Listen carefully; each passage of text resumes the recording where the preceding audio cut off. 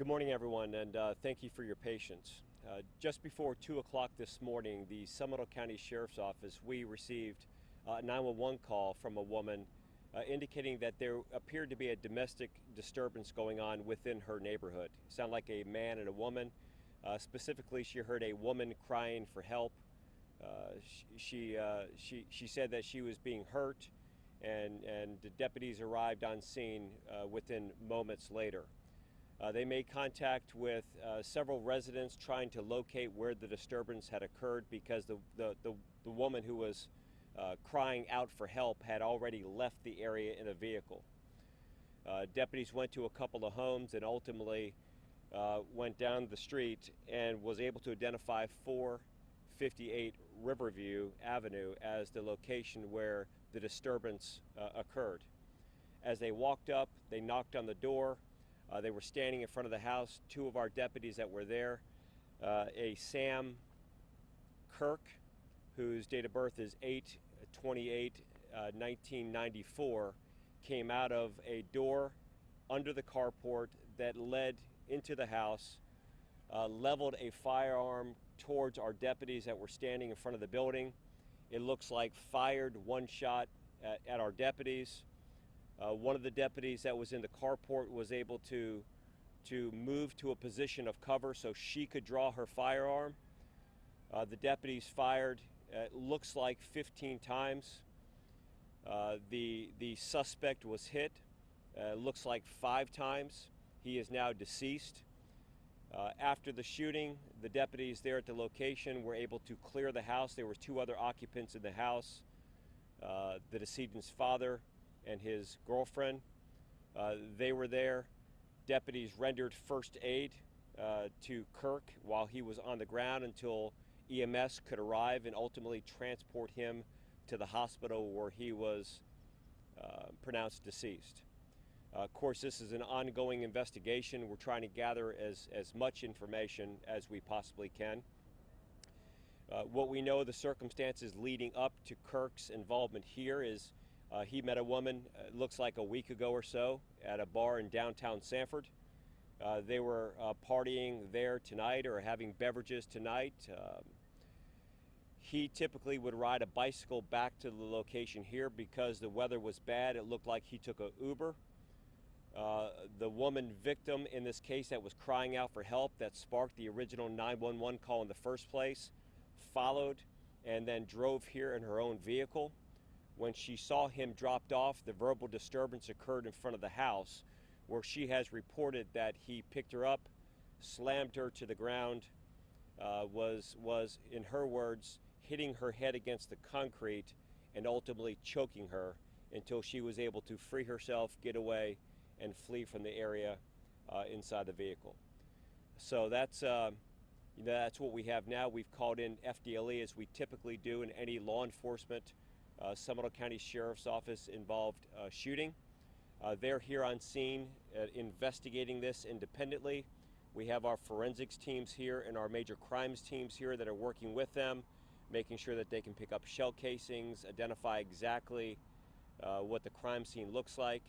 But that's what we have at this point. The deputies are doing well. I just left the office. I spoke to them.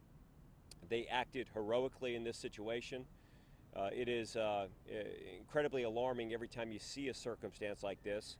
The deputies both had less than a year and a half on the job and acted as a senior law enforcement veteran.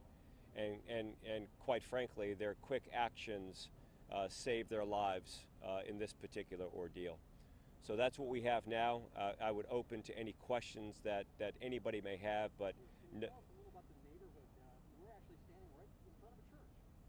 yeah, this is a well-established neighborhood where people are actually neighborly, which really sparked the call in the first place. It's very uncommon for people to hear fighting and arguing and disputing, let alone gunfire. So this is very uncharacteristic for this very quiet Seminole County neighborhood. Sheriff, did you see the relationship between the victim and the suspect, and how is the victim doing? So the victim in that what appears to be an aggravated battery case is doing well, considering she has some visible injuries, but she was able to to leave the scene without any hospitalization immediately. That was a short-lived relationship. I mean, they only met each other last week, what it appears, and you know, again, they were down in Sanford.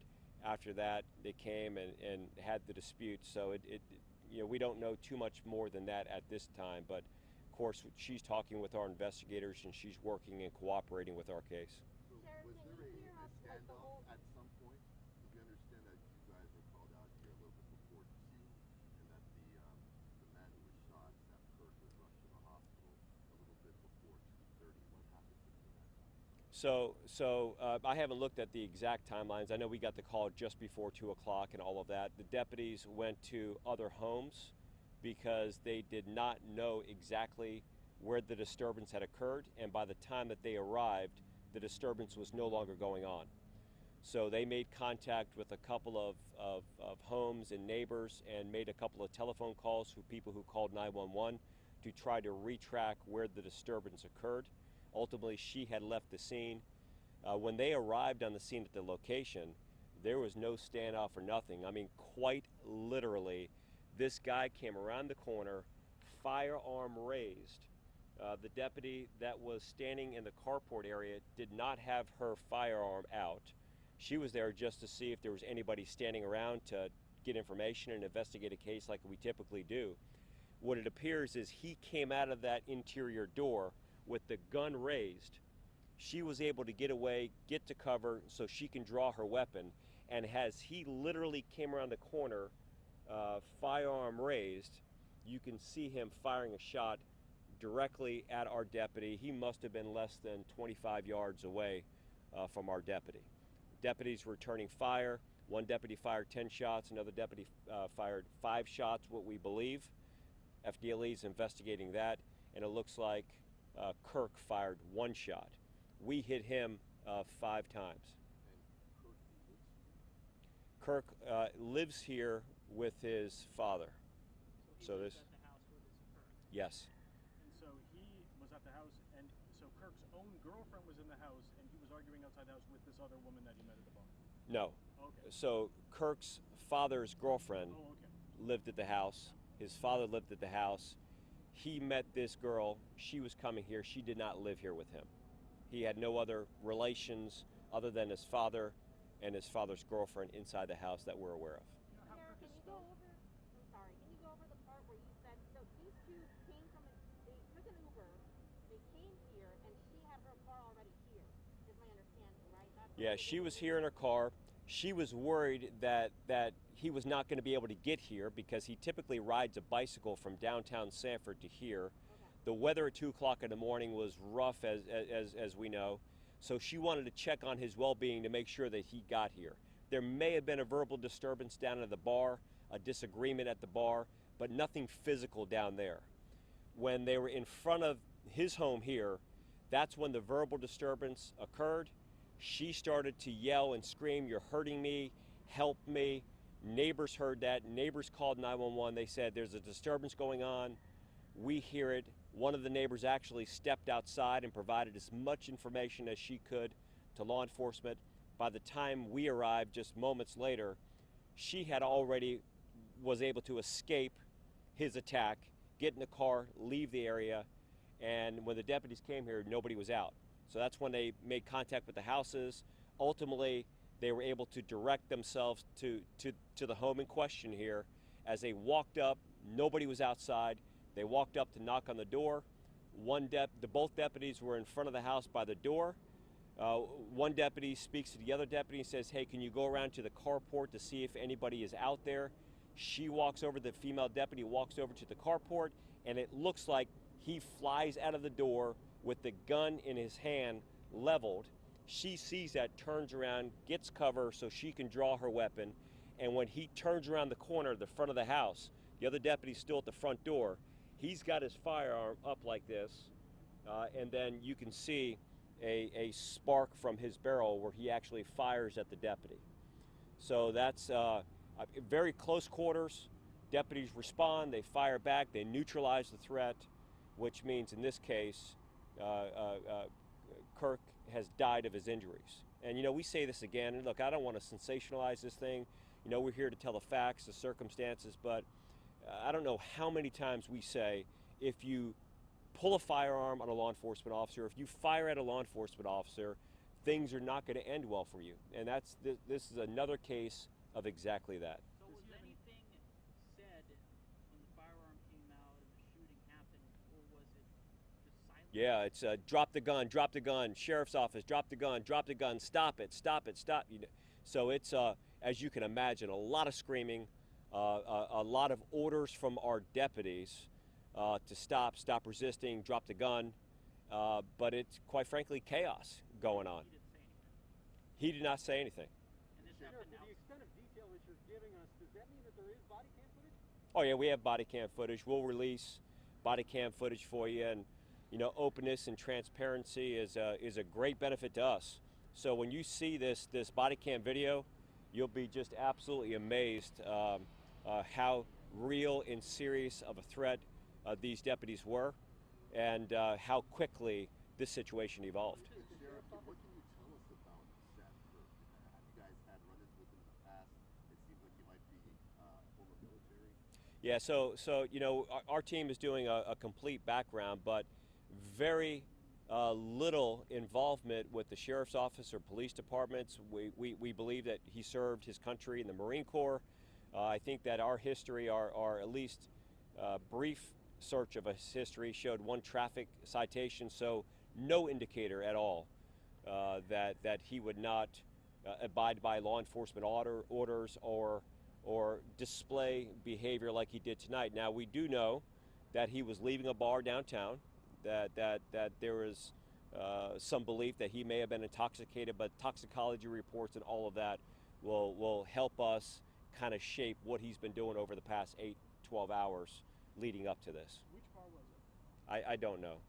He was downtown Sanford somewhere, so I'm not sure where. And is Kirk K-I-R-K? Is Kirk K-I-R-K? Samuel Kirk?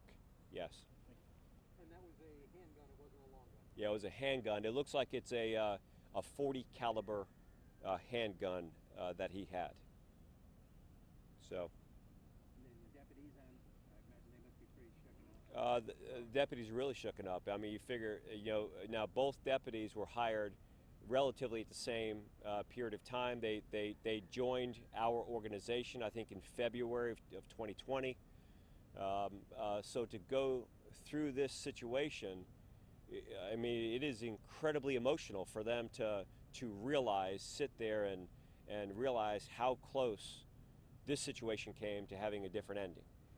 They've had the opportunity to talk to their family and loved ones, and they're working with our peer support team. But you know, I think that that's a critical part of what we have to do now, is to make sure that we care for our members and help them out, you know, kind of emotionally going through this. But no question, I'm incredibly proud of the way they responded, how they handled themselves, and again, I think that they're a testament and an example of what these men and women do every single day, that are putting themselves in harm's way to protect our communities. So. Are they on leave or anything like that? Paid leave at this point? We have a procedural thing where we have them just requalify. They're working with our team to make sure that they're okay.